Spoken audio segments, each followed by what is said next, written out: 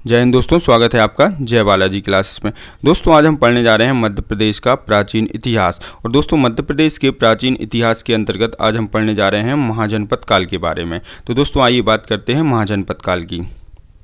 तो दोस्तों बौद्ध धर्म ग्रंथ अगुंतन निकाय और जैन धर्म ग्रंथ भगवती सूत्र में 16 महाजनपदों का उल्लेख किया गया है, जिसमें से 2 महाजनपद वर्तमान मध्य प्रदेश क्षेत्र के अंतर्गत आते हैं। वे 2 महाजनपद कौन कौन से हैं दोस्तों? चेदी और अवंती हैं। तो आइए देखते हैं दोस्तों कि बौद्ध धर्म ग्रंथ अगुंतन निकाय और जैन धर्म ग्रंथ भगवती सूत्र में 16 महाजनपदों का उल्लेख मिलता है, जिसमें से 2 महाजनपद चेदी अर्थात बुंदेलखंड, जो कि वर्तमान कहाँ पर है? बुंदेलखंड में है, और अवंती अर्थात उज्जैन वर्तमान मध्य प्रदेश के क्षेत्र के अंतर्गत हैं। चलिए सर्वप्रथम हम बात करेंगे दोस्तों चेदी महाजनपद के बारे में। तो दोस्तों चेदी महाजनपद की बात करें तो चेदी महाजनपद की राजधानी क्या थी दोस्तों? तो क्या थी? शुक्तिमती या शोथिवती थी। ठीक, चलिए बात करें दोस्तों महाभारत के अनुसार चेदी महाजनपद की राजधानी क्या थी दोस्तों? शुक्तिमती थी, जिसे जातक कथाओं में क्या कहा गया है? शोथिवती कहा गया है। ठीक, तो आइए देखते हैं कि चेदी महाजनपद की राजधानी महाभारत के अनुसार शुक्तिमती थी, जिसे जातक कथाओं में शोथिवती कहा गया है। चलिए इसके बाद हम बात करें दोस्तों कि चेदी महाजनपद के उत्तर में कौन सी नदी प्रवाहित होती थी? तो कौन सी नदी प्रवाहित होती थी? यमुना नदी प्रवाहित होती थी, तथा यह किन 2 नदी घाटियों के मध्य स्थित था? तो दोस्तों यह सोन और नर्मदा घाटी के मध्य स्थित था। ठीक है, ये देखते हैं कि इसके उत्तर में यमुना नदी प्रवाहित होती थी तथा चेदी राज्य का विस्तार सोन और नर्मदा घाटी के मध्य था। ठीक, चलिए इसके बाद आइए बात करें कि वर्तमान मध्य प्रदेश में यह कहाँ पर विस्तृत था। तो दोस्तों चेदी महाजनपद बुंदेलखंड के पूर्वी भाग तथा उसके समीपवर्ती भूभाग में विस्तृत था। चलिए इसके बाद हम बात करें दोस्तों वर्तमान में चेदी महाजनपद का क्या नाम है? तो दोस्तों वर्तमान में चेदी महाजनपद का नाम खजुराहो है। ठीक, या बात करें दोस्तों कि वर्तमान खजुराहो का नाम ही क्या था? चेदी था। चलिए इसके बाद हम बात करें दोस्तों चेदी महाजनपद की एक शाखा कहाँ पर स्थापित हुई? तो दोस्तों कहाँ पर स्थापित हुई? कलिंग में स्थापित हुई, जहाँ का प्रसिद्ध शासक कौन हुआ दोस्तों? खारवेल हुआ। ठीक, तो बात करें दोस्तों कलिंग इसकी एक शाखा थी, खारवेल यहाँ का प्रसिद्ध शासक था। चलिए इसके बाद हम बात करें दोस्तों शिशुपाल जो था वो क्या था? चेदी महाजनपद का राजा था, जिसका वर्णन किसमें हुआ है? महाभारत में हुआ है। और यहाँ पर हमें पता चलता है कि भगवान श्री कृष्ण ने अपने चक्र से इसका गला काट दिया था, अर्थात इसका वध किया था किसने? भगवान श्री कृष्ण ने। ठीक है, तो शिशुपाल चेदी वंश का राजा था, जिसका महाभारत में वर्णन था। इसका सर भगवान कृष्ण ने अपने चक्र से काटा था, अर्थात इसका वध किसने किया था? भगवान श्री कृष्ण ने किया था। ठीक, इसके बाद हम बात करें दोस्तों चेदी महाजनपद जो है बाद में कमजोर पड़ गया और इसे किसने अपने साम्राज्य में मिला लिया? तो दोस्तों मगध ने इसे अपने साम्राज्य में मिला लिया। ठीक, तो चेदी महाजनपद बाद में कमजोर पड़ गया और मगध ने इसे अपने साम्राज्य में मिला लिया। चलिए दोस्तों इसके बाद देखें दूसरी महाजनपद के बारे में। तो दूसरी महाजनपद मध्य प्रदेश में कौन है दोस्तों? अवंती महाजनपद। तो आइए बात करते हैं दोस्तों अवंती महाजनपद के बारे में। तो दोस्तों अवंती महाजनपद जो था अत्यंत ही विशाल और सशक्त जनपद था, अर्थात समर्थ जनपद था। ठीक, तो बात करें दोस्तों अवंती जनपद जो है अवंती महाजनपद, यह महाजनपद अत्यंत ही विशाल और सशक्त जनपद था। ठीक, सशक्त से आशा है दोस्तों हमारा समर्थ जनपद था। ठीक, इसके बाद हम बात करें दोस्तों इसका विस्तार कहाँ पर था? तो दोस्तों यह मध्य तथा पश्चिमी मालवा के क्षेत्र में बसा हुआ था। ठीक, चलिए इसके बाद हम बात करें दोस्तों अवंती महाजनपद के जो थे 2 भाग थे, एक था उत्तरी अवंती और एक था दक्षिणी अवंती। ठीक, उत्तरी अवंती की बात करें दोस्तों तो इसकी राजधानी क्या थी दोस्तों? उज्जैनी थी, तथा दक्षिणी अवंती की बात करें दोस्तों तो इसकी राजधानी क्या थी? महिष्मती थी। ठीक, इसके बाद बात करें दोस्तों उत्तरी अवंती तथा दक्षिणी अवंती के मध्य कौन सी नदी प्रवाहित होती थी? तो कौन सी नदी प्रवाहित होती थी दोस्तों? बेत्रवती नदी प्रवाहित होती थी, जिसे वर्तमान में बेतवा नदी के नाम से जाना जाता है। ठीक, तो दोनों के मध्य बेत्रवती अर्थात बेतवा नदी प्रवाहित होती थी। चलिए इसके बाद हम बात करें दोस्तों पाली ग्रंथों के अनुसार बुद्ध काल में अवंती की राजधानी कौन थी? तो दोस्तों कौन थी? उज्जैनी थी।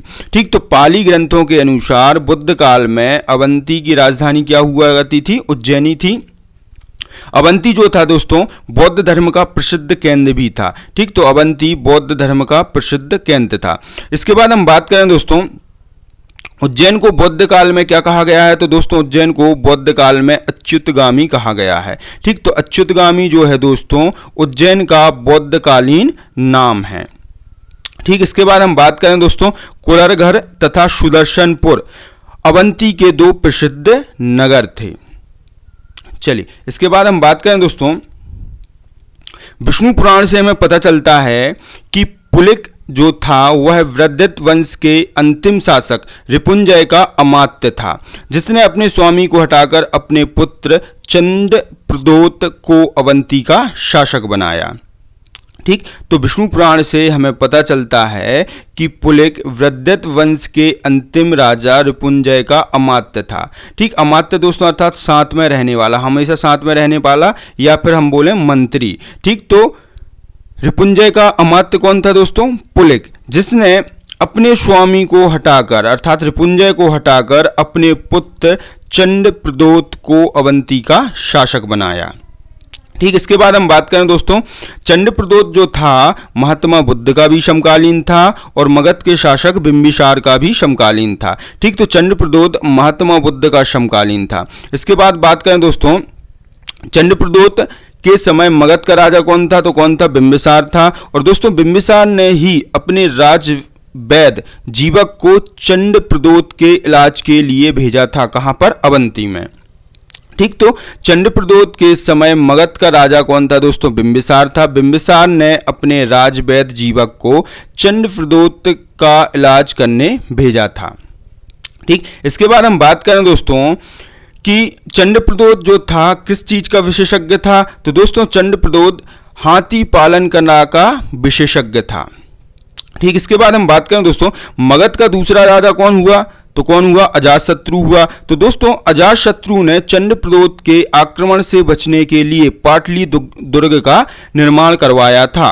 ठीक, तो दोस्तों बात करें बौद्ध ग्रंथों के अनुसार मगध के दूसरे राजा अजातशत्रु ने चंद्रप्रदोत के आक्रमण से सुरक्षा हेतु पाटलिपुत्र दुर्ग बनवाया था। ठीक, इसके बाद हम बात करें दोस्तों पुराणों के अनुसार चंद्रप्रदोत के 23 वर्षों के शासन के पश्चात किस किसने शासन किया? तो किस किसने शासन किया? पालक, विशाखयूप तथा नंदीवर्मन शासक हुए। ठीक, तो दोस्तों प्रदोत वंश का अंतिम शासक कौन हुआ? नंदीवर्मन हुआ। ठीक, अब इसके बाद थोड़ी सी और बात कर लेते हैं दोस्तों कि मगध के हर्यक वंश के अंतिम शासक नागदशक के काल में उसका अमात्य कौन था? तो दोस्तों कौन था? शिशुनाग था। तो दोस्तों शिशुनाग क्या करता है? अवंती राज्य पर आक्रमण करता है और प्रदोत वंश के अंतिम शासक नंदीवर्मन को पराजित करता है तथा अवंती को किसमें मिला लेता है? मगध साम्राज्य में मिला लेता है। ठीक, तो आइए बात करते हैं कि पुराणों के अनुसार चंद्रप्रदोत के 23 वर्षों के शासन के पश्चात क्रमशः पालक, विशाखयूप तथा नंदीवर्मन शासक हुए। ठीक, तो प्रदोत वंश का अंतिम शासक कौन था दोस्तों? नंदीवर्मन। आइए बात कर लेते हैं कि कालांतर में मगध के हर्यक वंश के अंतिम शासक नागदशक के काल में उसके अमात्य शिशुनाग द्वारा अवंती राज्य पर आक्रमण किया गया। अर्थात अवंती राज्य पर आक्रमण किसने किया दोस्तों? शिशुनाग ने किया, जो कि किसका अमात्य था? हर्यक वंश के अंतिम शासक नागदशक का अमात्य था।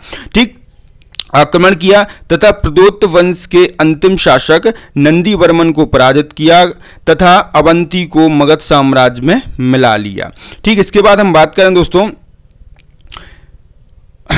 हर्यक वंश के बाद कौन सा वंश आता है? शिशुनाग वंश आता है। शिशुनाग वंश के पश्चात कौन सा वंश आता है? नंद वंश आता है। ठीक, तो शिशुनाग वंश के पतन के बाद नंद वंश का शासन कहां पर हो गया? मध्य प्रदेश में हो गया। ठीक, तो शिशुनाग वंश के पतन के बाद नंद वंश का शासन मध्य प्रदेश में रहा।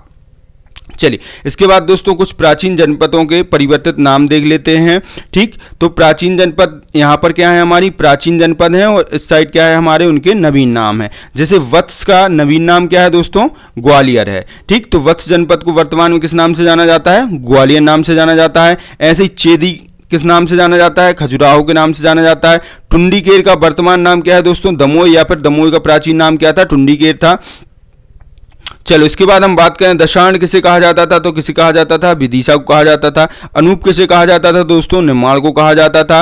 अवंती किसे कहा जाता था, उज्जैन को कहा जाता था। नलपुर किसे कहा जाता था दोस्तों, तो शिवपुरी को कहा जाता था। इसके बाद विराटपुरी किसे कहा जाता था, सोहागपुर को कहा जाता था। महेशमती किसे कहा जाता था, महेश्वर को कहा जाता था। अचहरा किसे कहा जाता था, तो दोस्तों किसे कहा जाता था, सतना को कहा जाता था। ठीक है दोस्तों। तो दोस्तों यदि आपको हमारे पढ़ाने का तरीका अच्छा लगता है तो चैनल को सब्सक्राइब करें, शेयर करें और वीडियो पर लाइक और कमेंट करना ना भूलें।